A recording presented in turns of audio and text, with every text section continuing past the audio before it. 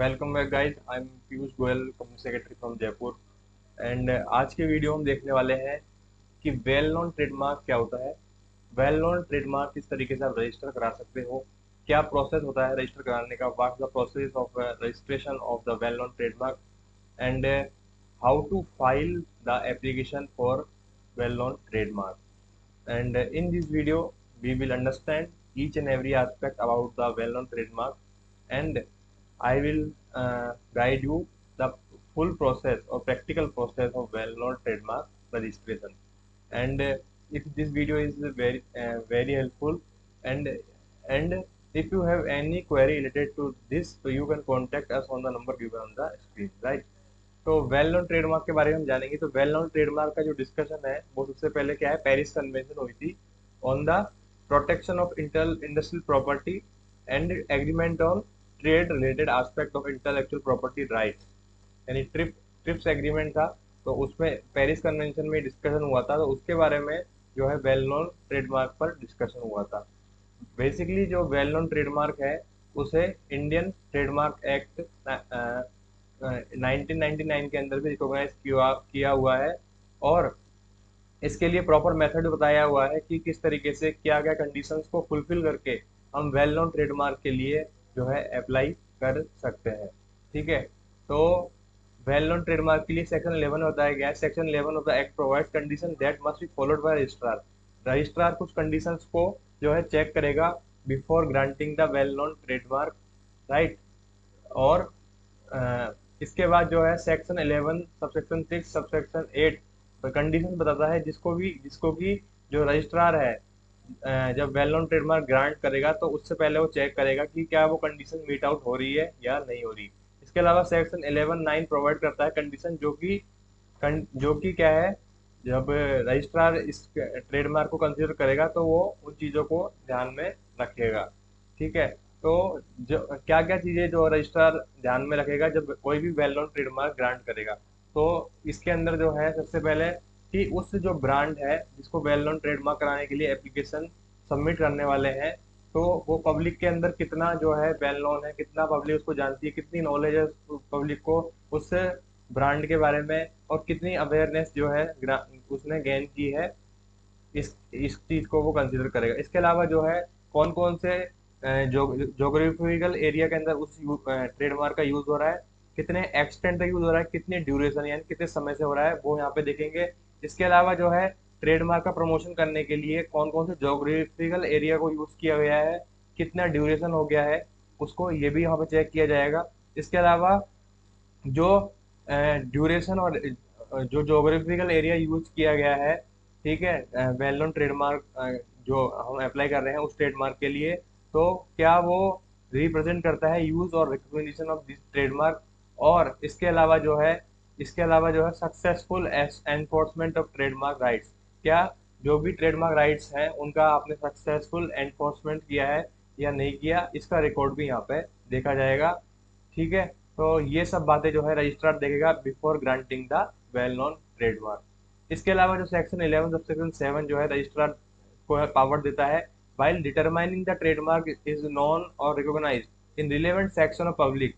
ठीक है, under section 11 subsection 6 clause 1 is required to take the following details relating to trademark: the number of actual or potential consumer of goods or service, कि इस जो trademark है और जिस भी गुड्स या सर्विस से वो रिलेटेड है उसके एक्चुअल और पोटेंशियल कंज्यूमर्स कितने हैं। इसके अलावा नंबर ऑफ पर्सन्स, कितने लोग जो इन्वॉल्व है उस गुड्स और सर्विस को डिस्ट्रीब्यूट करने में, और कौन कौन से कॉमर्शियल सेक्टर्स रेस्पॉन्सिबल है उन गुड्स में डीलिंग और सर्विस में डीलिंग करने के लिए। ठीक है, इसके अलावा जो रजिस्ट्रार है सेक्शन 11 सबसेक्शन 8 में जब रजिस्ट्रेशन देगा तो उससे पहले ये कंसीडर करेगा कि वेल नोन ट्रेडमार्क जो है कोर्ट ने और रजिस्ट्रार ने को डिटरमाइन तो नहीं किया। ठीक है, तो ये भी यहाँ पे जो है चेक किया जाएगा। इसके अलावा सेक्शन 11 सब सेक्शन 9 बताता है कोई भी ट्रेडमार्क वेल नोन होगा या नहीं होगा, उसके लिए आपको क्या क्या कंसीडर करना पड़ेगा कि उस ट्रेडमार्क का इंडिया के अंदर कितना यूज हो रहा है, रजिस्ट्रेशन जो है ट्रेडमार्क का लिया हुआ है या नहीं लिया हुआ। इसके अलावा फाइलिंग जो एप्लीकेशन है वो की हुई है नहीं की हुई, और ट्रेडमार्क जो है इन सभी कंडीशंस को पूरा कर रहा है या नहीं कर रहा। तो ये सब चीजें जो है वो यहाँ पे वो देखेगा। इसके अलावा अब हम देखने वाले हैं बहुत ही इम्पोर्टेंट एस्पेक्ट, जो कि क्या प्रोसेस रहने वाला है वेल नोन ट्रेडमार्क को अप्लाई करने के लिए। तो कोई भी ट्रेडमार्क वेल नोन डिक्लेयर करवाने के लिए हमें एज पर ट्रेडमार्क रूल 2017 के अकॉर्डिंग सबसे पहले क्या है, एप्लीकेशन देनी होगी फॉर्म टीएमएम में रजिस्ट्रार को, और रजिस्ट्रार डिटरमाइन करेगा, जो मैंने आपको एस्पेक्ट बताया उनको कंसिडर करेगा कि क्या कोई भी ट्रेडमार्क जो है वेल नोन है या नहीं है। ठीक है, एप्लीकेशन आपके फॉर्म टीएमएम में जाएगी, इसकी फीस जो है 1 लाख रुपीज है government fees, and application must be submitted only on the official website. Application जो है ट्रेडमार्क आईपी इंडिया की जो ऑफिशियल वेबसाइट है उस पर जो है फाइल की जाएगी। Application must be submitted along with documents. ठीक है, जिसमें ये बताया जाएगा कि एप्लीकेंट के राइट क्या है ट्रेडमार्क के, और क्लेम क्या, मतलब सपोर्टिंग जो क्लेम है वो भी यहाँ पे चेक किए जाएंगे। इसके अलावा एविडेंस जो कि सपोर्ट करते हैं एप्लीकेंट के राइट्स को और क्लेम को। इसके अलावा detail of successful enforcement of trademark related right specifically to the extent that has been recognized as a well-known trademark by a court in India, and copy of judgment wherein trademark has been determined as a well-known by the court of India।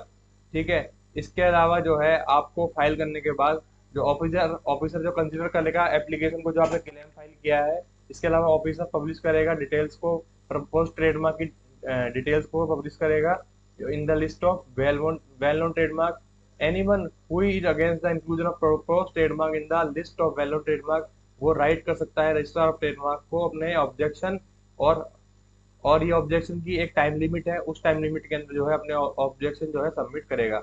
A copy of objection may be sent to the applicant in order to receive their comments. The decision of office with regard to issue of including proposed trademark in list of well known trademark will be informed to the applicant.